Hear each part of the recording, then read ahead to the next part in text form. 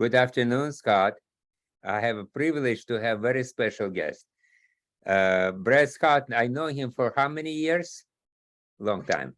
At least 8 or 10 years. Yeah, yes. And Brad is working for Luther Burbank, which is very interesting bank. And interesting because they can do things which no other bank can do. And we've been working with them time to time because it's really a very creative way. And yesterday I called him and asked him a solution for one of the cases I'm working on. And we went through this, and the result was, okay, you'll find in a moment. I'll describe your situation for you to relate to. So I have a buyers who want to buy a new home without selling the old one. It's not typical, but it is becoming typical because a lot of people want to be sure they can buy something without selling the old one, and then to put the old home in the market and then pay down the mortgage.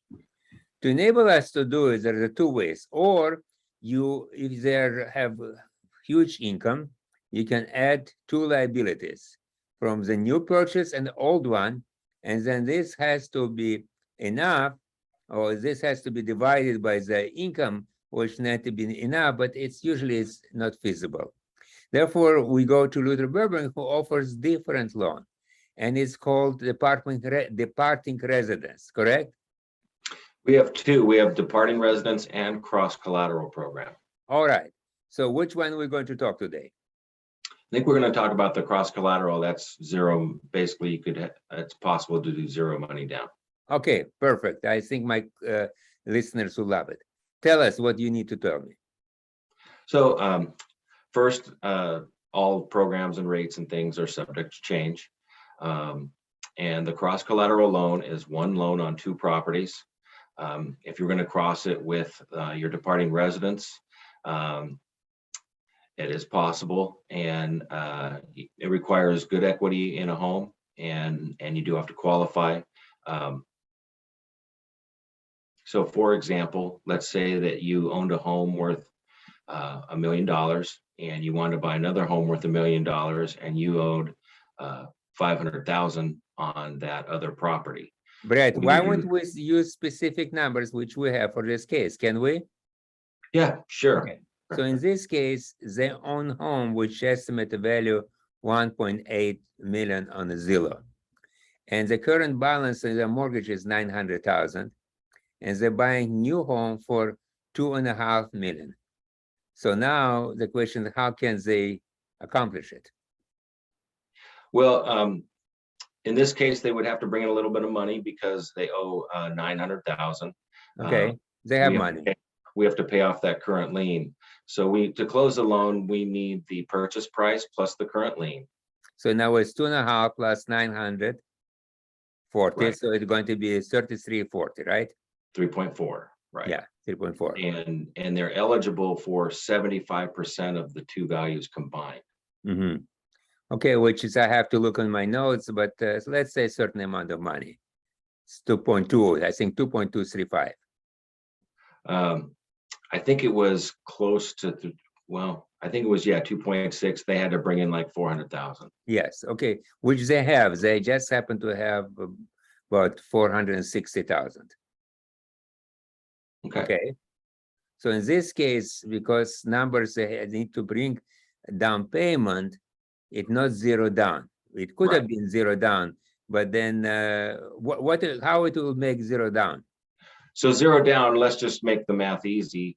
Let's say they own a property worth $1 million and they owe 500,000 and they want to buy another property for $1 million. So we can do up to 75% of the two properties combined, which would be 1.5 million.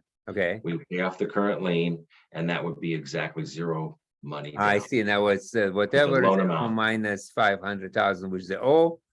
It will be a loan amount of 1.5. Yeah. So it's ideal situation. Usually it doesn't happen. No, there's nothing is usual, because usually again, I repeat, is that people buying properties more expensive than they own now. Otherwise, what's the point unless they're moving to a different city?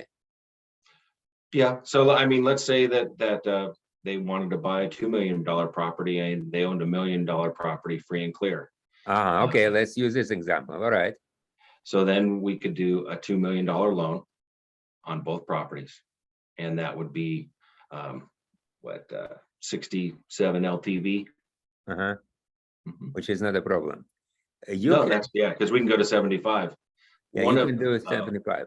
one of the advantages with a cross, if they have a lot of equity and their LTV is low, if for some reason one of the properties doesn't appraise as much as they think it does, you have a little bit of room. I with the see. LTV. And how do you know how much property is appraised? You order appraisal for both One appraisal, appraisal on each property. each property. So in other words, it takes time. Well, now it's maybe appraisers are a little bit, they don't. Appraisals are pretty quick right now. Yeah, now, but in general, so now what you're saying is that you would order 2 appraisal reports and you calculate, the calculation is relatively simple. You just add 2 properties, you take loan to value, subtract whatever they owe, and the balance has to be down payment. Right. Correct. This is just simple math. And for those who are watching it, I'm going to send you this in writing so you'll see these numbers more clearly. But now came the caveat. So now, what's the interest rate in this loan? Right now, 5.1, the base rate is 6.5. Borrower paid. They pay you your commission. Yeah, okay. So borrower paid means there's 2 types of compensation for mortgage brokers. The one is lenders paid, but then interest rate is higher, or borrowers pays, and when we have to add a fee, whatever, let's say 1%, 1 point, to the calculations, and then will be paid in escrow during the close of escrow. So this will change the numbers, because when you're talking about qualifying, you need interest rate as low as possible. But here is when we discussed it yesterday, face a snag, because in spite of the fact that interest rate is what? The interest rate right now on a 5.1 is 6.5 borrower paid with an extra $10,000 fee. For you. There's an extra $10,000 Yeah, fee. okay, For the well, cross but that's just collateral. part of the amount, how much they have to come up with our compensation, your compensation, closing costs, etc. So all of this will become amount of money available. Now, And you qualify at the grader of fully indexed or start rate. So right now, fully indexed is about 7 5/8. Less than a year ago, we were qualifying at start rate. Obviously, rates have gone up a lot in the last year. Yes. So it is greater of start rate or fully indexed, up to 47 ratios, as long as one property is owner occupied. Yes. For a quarter end rate, you can do a 40-year amortization. Okay, which will extend how much income you need to qualify, basically. And if they sell a property, there's a release in the documents, and we recast the loan for free. Okay, recast means what? That you will give them new loan? Right. So if, let's say they sell a property, they pay us down basically to 75% of the purchase price. Okay. And then we recast for free. Otherwise, we would be over encumbered, right? Once they Yeah, sell. and of course. So they will sell a property, let's say within 2 months. And how long it takes to close your loan? 30 days or less right 30 now. days. Let's say the first 30 days, they receive the money, they have new homes, they fix it, they paint it, in other words, whatever they need before moving in, and then they're ready to put their property on the market. Right. They can keep the loan for the life of the loan if they want. If they want to keep their home and rent it out, that's fine. I see. So there's no demand for them to sell.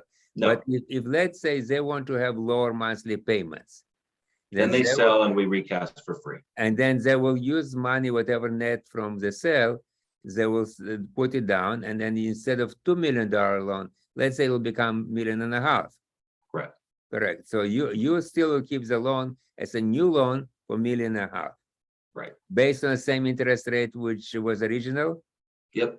So interest rate will stay the same. So basically, the just loan amount will change because there is no prepayment penalty. Correct? Correct. Okay. Well, it sounds as a good deal. However, it's a great product. I agree with you. However, where was the snag? Not enough income. Because this loan requires qualification. You have to say 47%. We also have our departing residence program. Well, let's finish with this one. We can talk about it if you want. I know. I want to have one at a time. So Okay. basically what we're saying in this case, and I know I price it, is they needed to have specific income to qualify, because qualification wasn't based on 6 and something, but rather on 7 something, which made the principal interest tax insurance higher. Mhm. And divided by their income, it was not enough. So this case didn't work. So now, oof, let's talk about another case. What's the other option? The other option is the departing residence program, and that Yes. requires 20% down. Yes. You can get a 10% outside second, and we can do 90% CLTV, but the departing residence program, we give you credit for rent on your departing residence with just 75% of a rent survey. And So do they no need to deposit, have actual rental agreement, or it's no, just no 10 or 7? deposit, no lease, no equity requirement, just I 70% see. of a rent survey. If they're going to rent, they do a letter stating they'll rent and use 75% of the rent survey to offset the liability on the departing residence, and you Yes. can add the rest to income. If I they see. do a letter, if they're gonna sell, they do a letter stating they'll rent. If it doesn't sell, you use 75% of the rent survey to offset the debt only. Yeah. Okay. So what we did yesterday, we actually played both options, and neither of them worked. Income. So You do have to qualify for both. It's yes, 40. you have to qualify for both. So you need to have enough income, and those that are earning good money, but still it wasn't enough, because we're talking about large amount, big amounts of money. Listen, it's $2 million, so $1.5 million. It's huge. You have to have really large income, especially with those interest rates. So at the end of the story, I found solution. And solution was to go to a private money lender. Interest rate was higher, but they call it bridge loan, and we were able to get them a loan. So today they enter into the contract, and we're moving forward. But Brad, I'm really looking forward to us to work on next deal.